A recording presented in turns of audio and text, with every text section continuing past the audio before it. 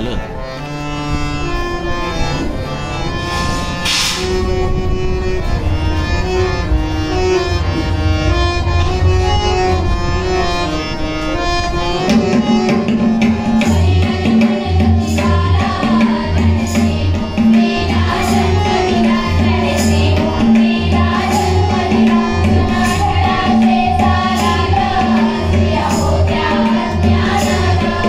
Yeah.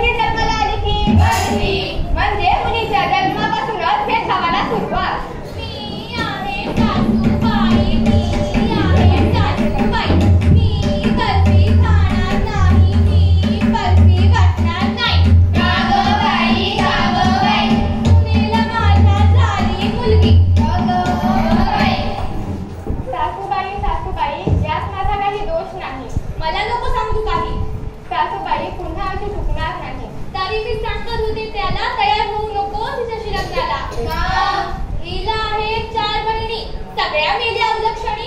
सासूबाई, तुमच्या आईला जर मुलगी झालीच नसते तर माझ्यावर विनवण्याची वेळ आलीच नसते. काय म्हणालीस? सासूबाई, पाया पडते, पदर पसरते, विसरू नका आजी नातीचे नाते. मुलगा होणे हे केवळ आईवर अवलंबून नसून वडिलांवरही अवलंबून असते असे आता विज्ञान सांगते. टिंग टिंग. ऐकलंच ना सासूबाई? अहो, खरंच का असे विज्ञान सांगते? आमच्या वेळेला जरी माहित असतं तर माझ्या सासूने मला डावलं नसतं. मलाही पहिल्या 4 मुली झाल्या.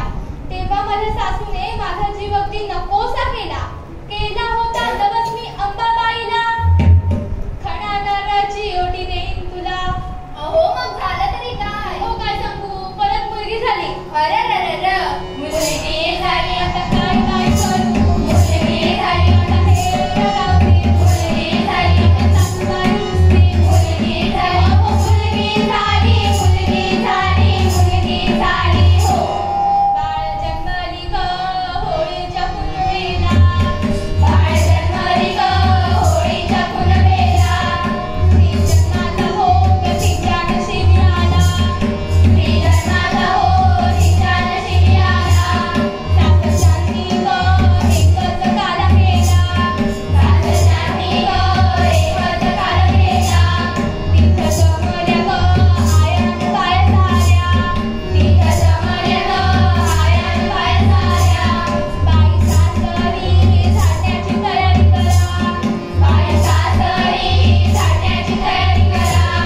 कमाल करता बाई तुम्ही. काय झालं? अहो, तुमची बाय अजून पाळण्यात आहे, तिला एवढ्यात कुठं सासरी धाडता? अहो, मग तयारी आत्तापासूनच करायला नको का?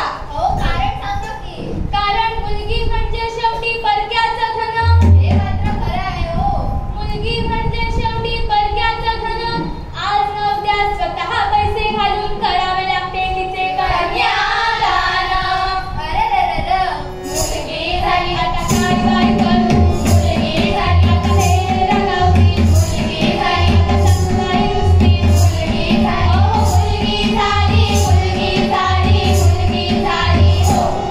श्रीमंत बाप म्हणाला. काय म्हणाला? श्रीमंत बाप म्हणाला, वारसा नाही संपत्तीला.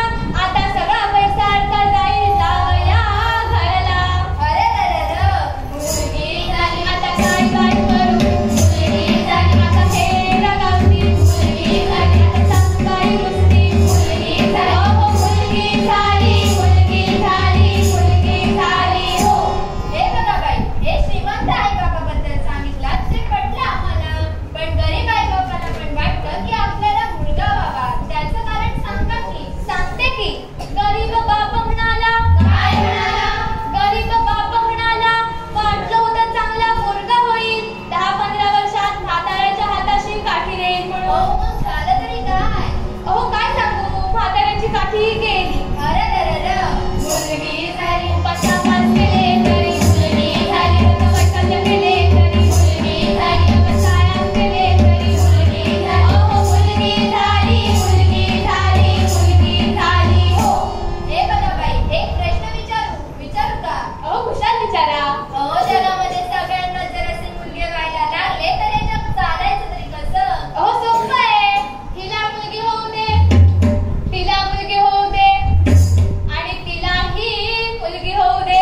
हे बरं आहे, हिला मुलगी होऊ दे, तिला मुलगी होऊ दे, आणि तुम्हाला? मला मात्र मुलगाच हवा. बघितलं, प्रत्येक बाईचं हे असं असतं. अहो, कारण सांगा की. मुलगा म्हणजे वंशाचा दिवा. किती उजेड पडलाय पहा. मुलगा म्हणजे वंशाचा दिवा. मुलीच्या लग्नासाठी आता पैसा जमवायलाच हवा. हो बाई, आता दिवस बदलले. मुलीला शिकवा, तिला स्वतःच्या पायावर उभं करा की. अहो, आता काय सांगू, मुलीला किती शिकवलं, नोकरीला लावलं तरी हुंडा बसतो डोक्यावरी. हे मात्र खरं आहे हो. कोणी फ्रीज मागतात, कोणी घरातल्या महागड्या वस्तू मागतात, कोणी राहायला घर मागतात. ज्याच्या त्याच्या ऐपतीप्रमाणे मागतात झालं, पण कारण सांगा की. कारण त्यांना मुलगा झाला आणि आपल्याला मुलगी झाली. मुलगी झाली, उपवास केले तरी मुलगी झाली. व्रतवैकल्य केले तरी मुलगी झाली. व्यवसायात केले तरी मुलगी झाली. अहो मुलगी झाली, मुलगी झाली, मुलगी झाली हो. घरात मुलगी जन्माला आली की कसा हाहाकार